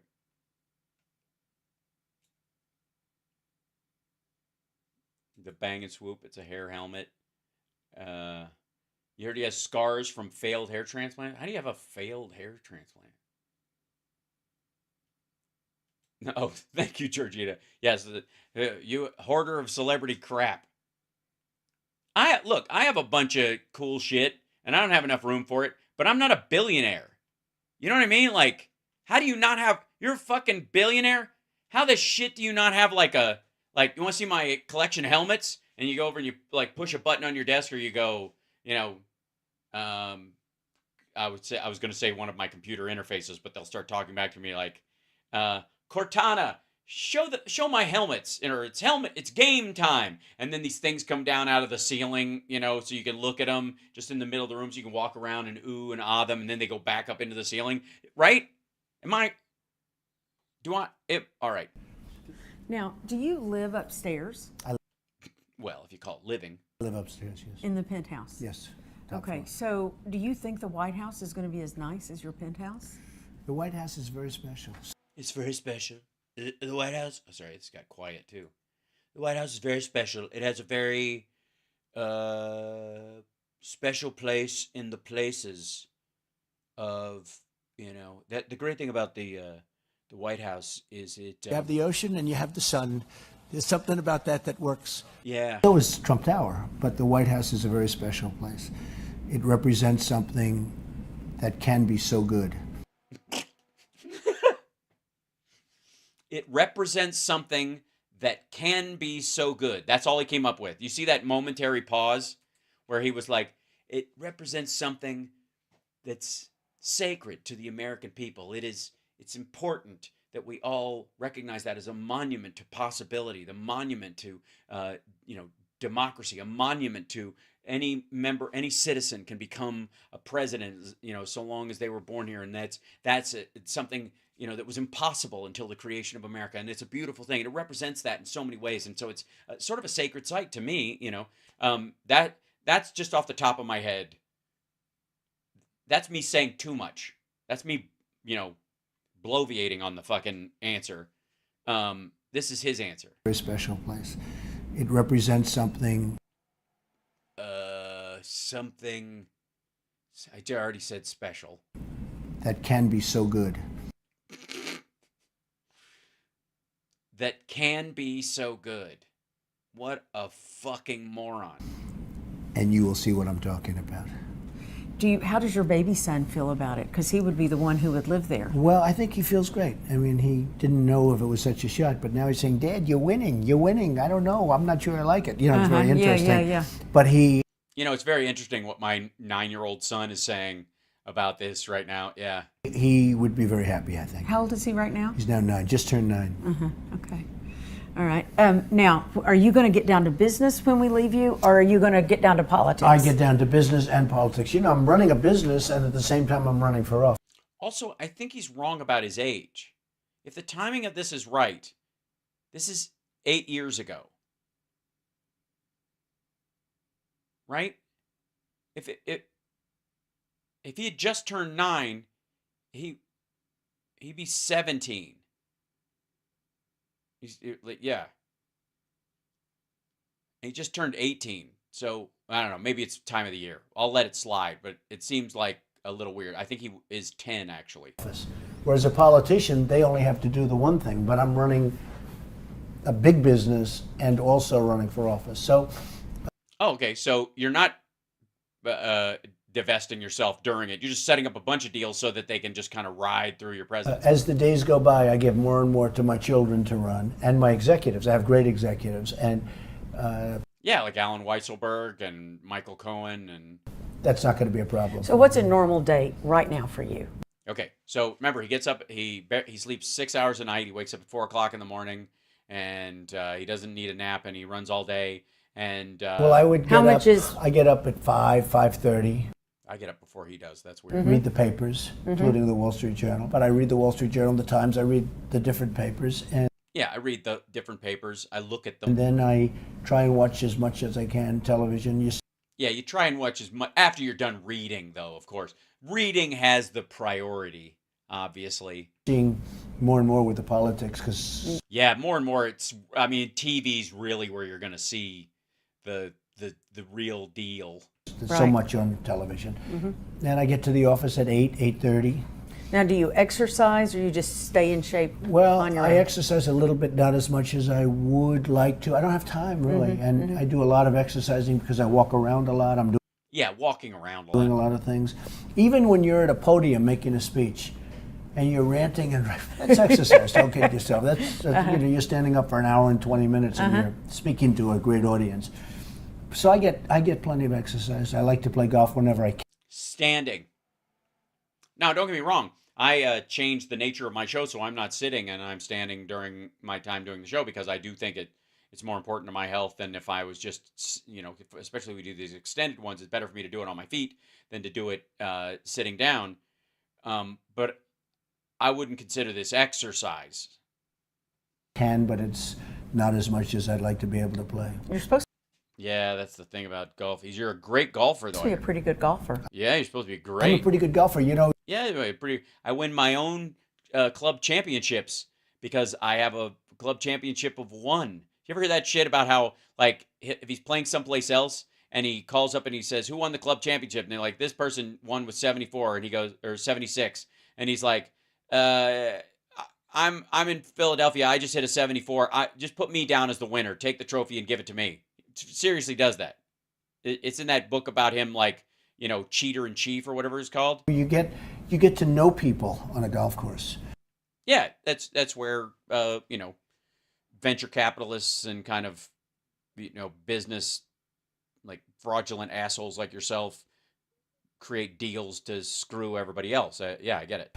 And you learn about people. I've won many club championships, and when you can win club championships, that tells you something. If it's your club, it doesn't. You know, winning a club championship is hard. Yeah, if for everyone but you, because they actually have to play well. Because you're competing against other very good players who don't cheat and don't own the place. It's hard. Yeah, it's commander in chief. Thank you. So you win many of them, and you feel good about yourself. Do you? Is that what it does? So you just make yourself the winner and you feel good about yourself? It's almost as if you really did win. You're that fucking deluded. So what's your handicap? I guess I'm a 4 now. I would have been better, but I haven't been played. But I would say a 4. And that's really good. It's pretty good, yeah. I'm a pretty good player. Okay, so then you come in here at 8, and then do you mostly do political meetings, business meetings? What are you most focused on? Well, I would say now it's starting to be maybe the political's taking over a little bit over the business and the. You know, businessy things, and then I do a lot of businessy things that are like business-like, where business happens, and then there's political stuff that I do that's in the political realm, where we have political things are going on, and then I have to go do businessy stuff. There's a lot of business and political stuff on both sides of the politics and the business. So sometimes I'm busy doing the political stuff, and then sometimes the business gets very political. So I'm kind of doing it all and none of it at the same time. He has no idea. Business, I'm giving more and more of it over to the executives and my children to run. But, you know, right now it's pretty much even. A lot of people call you the Donald. Well, a bunch of us call him the dipshit, but sure. Has it all blended, or do you sometimes feel like you're just Donald? Or do you feel like you Where's the man behind the mask? Where is he? have to be the Donald and be on stage? Honestly, I don't think about it. I just do what I have to do. If you start thinking... I believe he doesn't think. I do. I think that's an honest answer. I don't think he thinks about it at all. I think most of his bullshit is autopilot. About that, bad things happen. You just have to do what you have to do. It's so true. I mean, I should write that down. You have to do what you have to do, because if you have to do it, you have to do it. You know, if it has to be done, it has to be done. So you have to do it if you have to do it. You know, so you know, you have to do what you have to do. What chapter is that in Part of the Deal? It's brilliant. I come in, I do work like everybody else. Yeah, I come in, I do work like everybody else. I live maybe a different life or maybe not a different life, but I work hard. We can work hard. We have to work hard. If I win, I'm going to have to work so hard. Well, you're definitely not going to work smart in hindsight. But we're going to make, and I've said it, we're going to make the country better than it ever was. didn't quite work out that way. And we have a chance of doing that better. I don't mean just bring it back. We have a chance at making it better than it ever was. Yeah, you know, an infrastructure bill would be a way to do that, and nope. But, you know, who knows? Maybe in a couple of weeks you'll have a healthcare plan you can spring on everybody, and maybe you won't lose 1 million Americans because you don't want to upset the Chinese while you're making a deal with them. Now, there is another one of these. You're like, hell, that's kind of lame and boring and silly and something we'd expect from Donald Trump. But can it get worse? Why, yes, it can, folks. The lovely folks over at the Washington Post at this exact same time were doing the exact same kind of things. Like they all lined up to do this exact same fucking report, and everybody just chopped different shit from each one of them.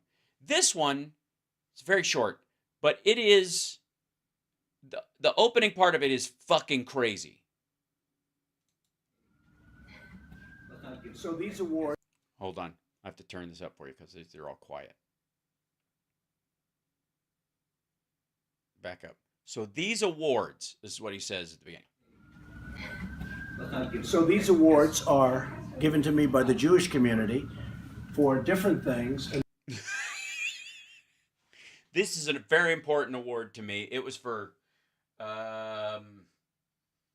really no idea. It says something on it.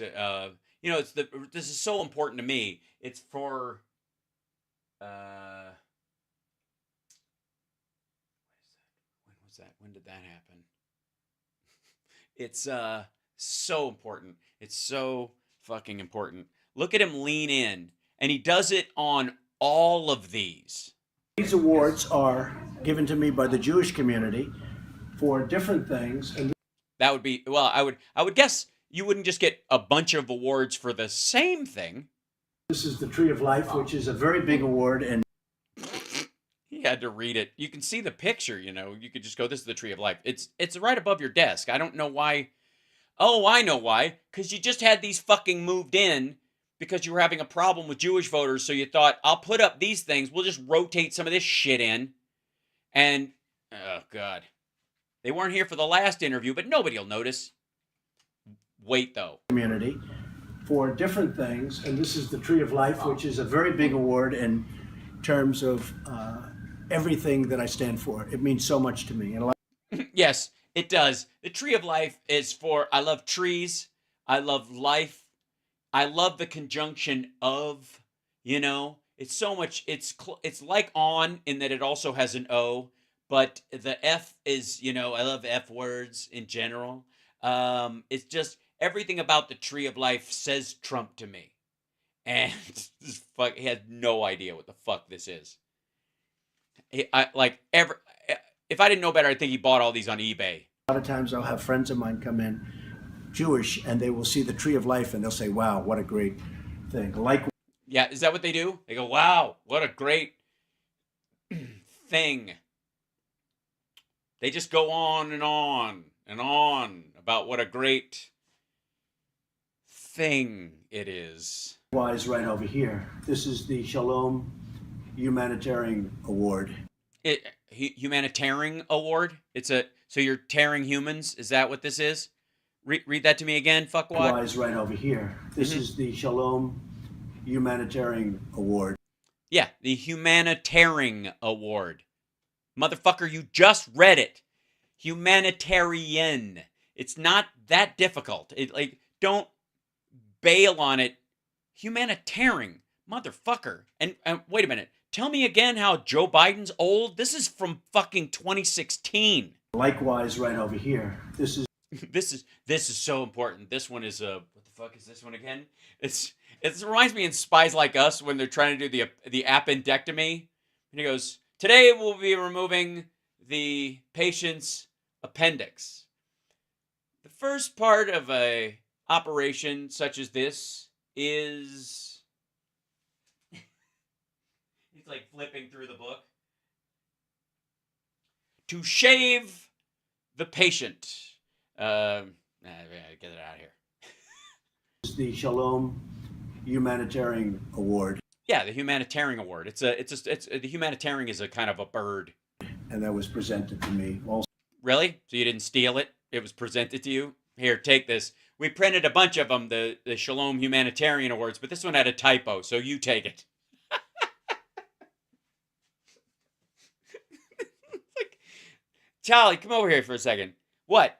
We had a bunch of these made. This one says, who the fuck wrote humanitarian on here? What kind of an asshole? Oh my God. What are we going to do? We can't send it back. You know what? Give it to Trump. He'll hang it next to the other ones. Next to the tur of life. He doesn't even notice. So, and these are different awards I've had over the years. Yeah, just different ones. They're different. Mm-hmm. Are they? 4 different things I've done. This is when I backed the United States in its big cup race and the yacht race. Uh-huh. What would be the name of that big yacht race? I'm sure it's written on the panel. The America's Cup. That's what it was. I got it. It was on the you know that one. What was the thing with America and sailing? Like, I have the best memory, but somehow this fucking slips me. I know it's written here somewhere. It's over your desk, you dumb motherfucker. You look at it every day. Just put down the taco bowl and look to the left. You're never just sitting there on the phone and just glancing at this shit and it doesn't land? The big cup race. Jesus Christ. What, the Stanley Cup? This is a sailing race that was it was born out of one time when the ice was too thin for hockey and they found out the hard way. So they had to sail out and try to find the Stanley Cup. It was floating in the water. Foundation, which was terrific. And these are just some of the older magazine covers. Mm-hmm. Oh, yeah. Forum? Penthouse Forum? Really? Really? Like the Playboy one I know he's proud of, and that's fine. Forum? Really? The little sub-book from Penthouse with the fucking stories in it? The little erotica letters? Now I have so many that I can't put them up. Yeah. Well, and if you try to throw them away, they come back. This is him. There's him and John, which is for all the QAnon people.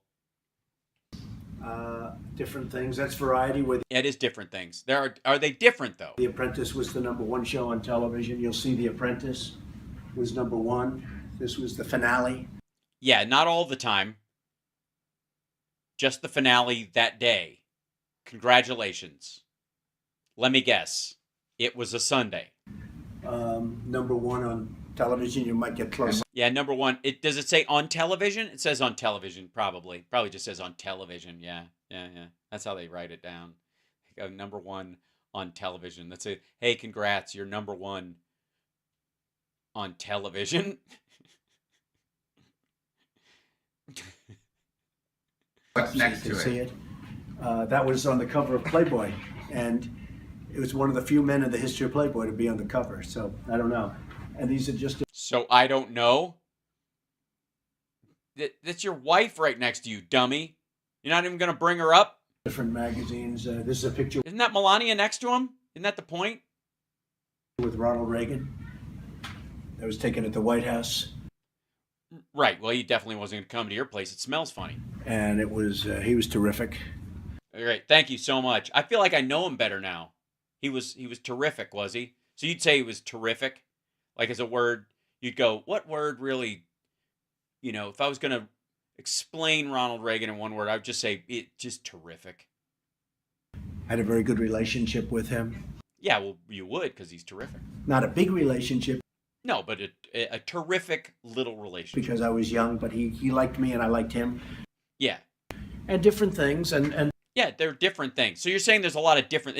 I agree. Like your desk. It looks like there are a lot of different things. There's pages that are different. I hope they're not all the same page like your fucking Jack Torrance in The Shining and all day long you just have someone else type all work and no play makes Don a dull boy in a bunch of different shapes. If you come to the desk... Oh, I don't know why anybody would do that. These are all different magazines over the last 2-3 weeks that came out. So you have multiple copies of yourself on your desk. Why? why are they stacked there? Also, Washington, we have a problem. That's a picture of his hair being airlifted on top of the Capitol dome. This is about how bad he is as a potential candidate. That's New York Magazine, Rolling Stone, The Economist, Newsmax, Newsweek, The New Yorker, Hollywood, Time Magazine. Yeah, Hollywood. Remember Hollywood? Newsweek magazine. This is over the. There has to be some kind of bunch of bumper stickers, right? But this is. There has to be some kind of record. No, not really. It's over a short period of time. Do you have a favorite? Well, I thought some of the stories were good. I thought the Time magazine, the cover of Time, was a good. He doesn't care about the story. He likes the covers. Story. Did he tell you about the content? No. I think the cover of People was very good. That's. Yeah, the covers are great. Yeah, I think that's the important thing is the cover. It's not here, but the cover. Yeah. I have another desk at home that's covered in multiple copies of the magazines that I'm in, like a fucking lunatic. People magazine was a very good story. Yeah, People's very good. It's very good. Yeah. It's a good picture. I mean, it's not one you'd want to show to the Washington Post. You'd keep that in another room. And so I've had a lot of fun. And yeah, and I had a lot of fun stacking magazines on my desk, like a real human being who has business and a campaign to run. Most importantly, we have to make America great again. Yeah, and I think even more so, we have to transition from the outside to the inside so that the cameras have time to actually acclimate to the light.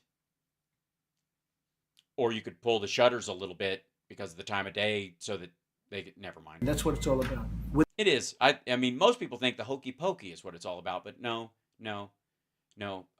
Covering your desk in multiple copies of egomaniacal face shots is really the way to go. Without that, somebody called up and said, "You've done such a great job."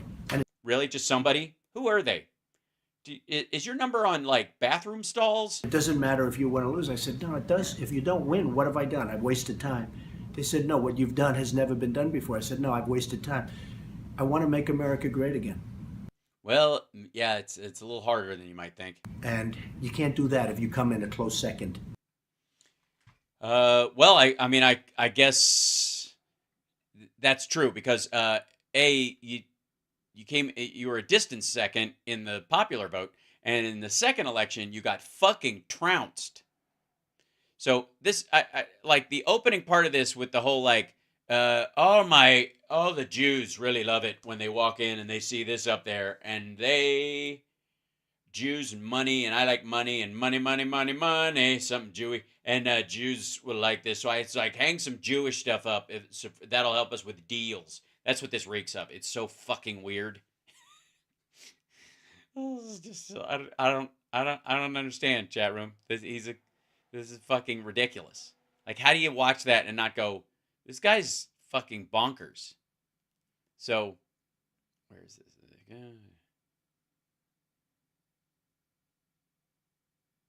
See if I can find the. Yeah. So there's this. There was this special report on Trump Tower, and there's this. I'll show you real quick, and then I'll do some. Jesus Christ, the show just zipped by tonight.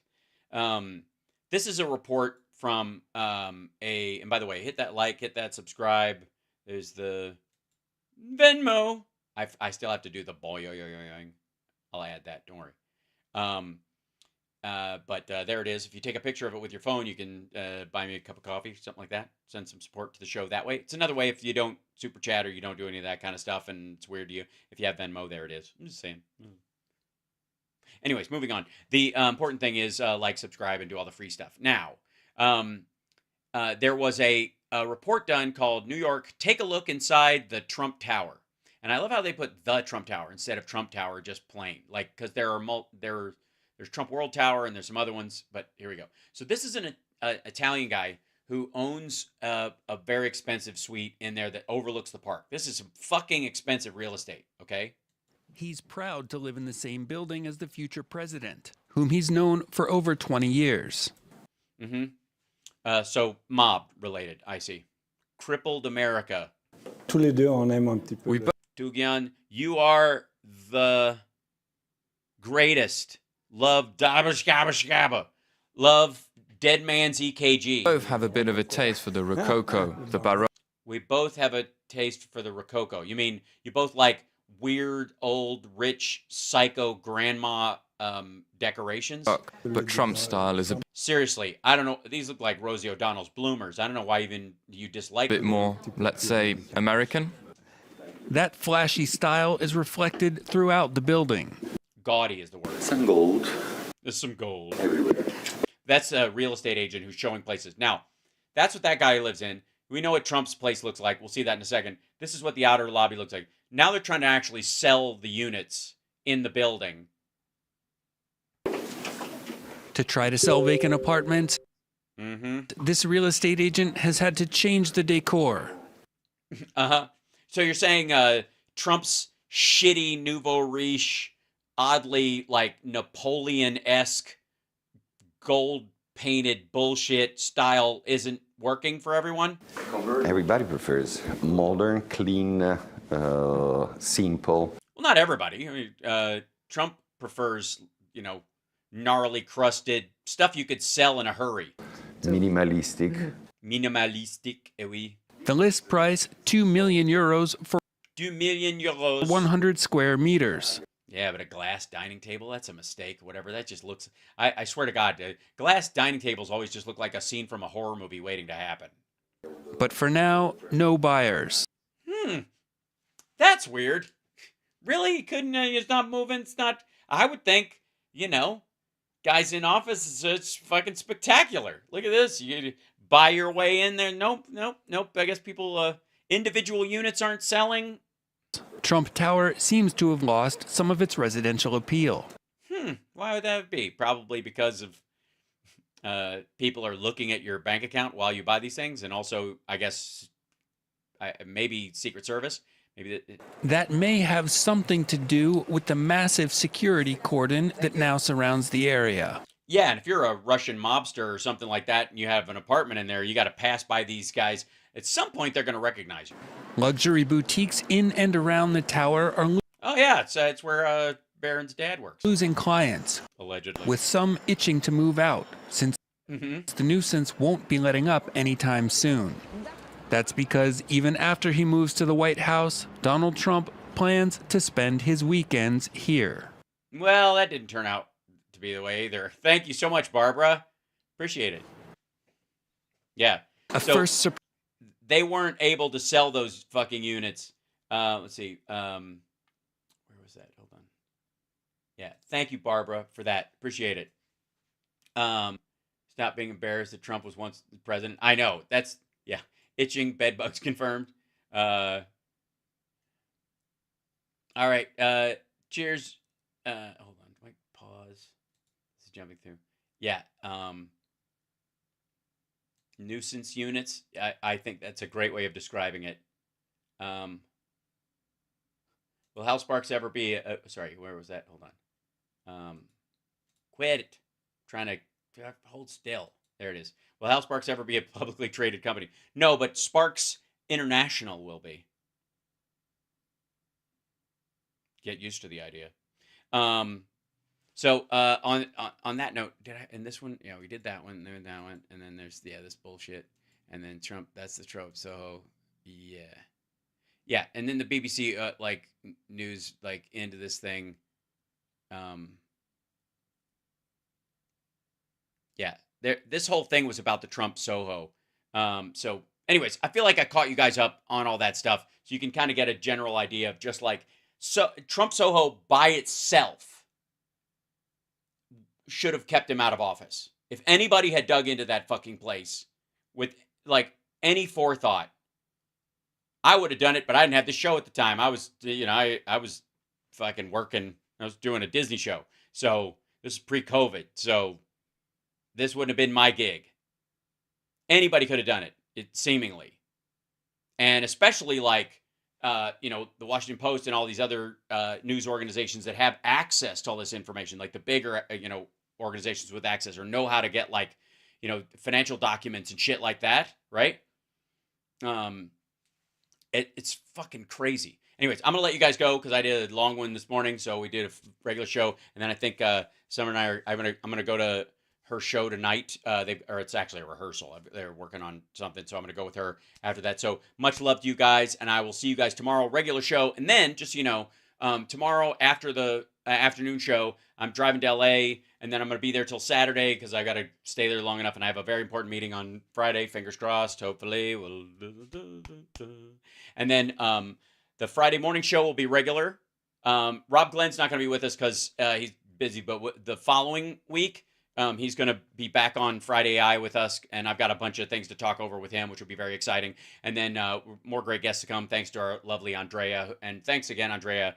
Great job getting Lev Parnas for us, and it went very well and wonderful. And I'm going to slice that interview off into its own separate thing and post it a little bit later. If you want to share it about, that'd be lovely. But until next time, take care of yourself and take care of the kidney.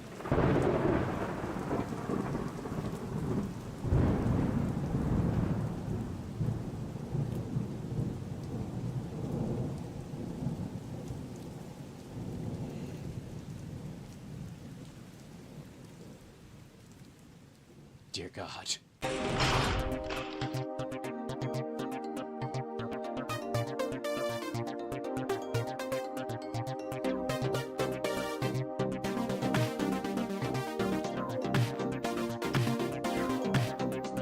Thanks, everybody. Hit that like on your way out and share the show and help us out and yada yada. And okay, bye.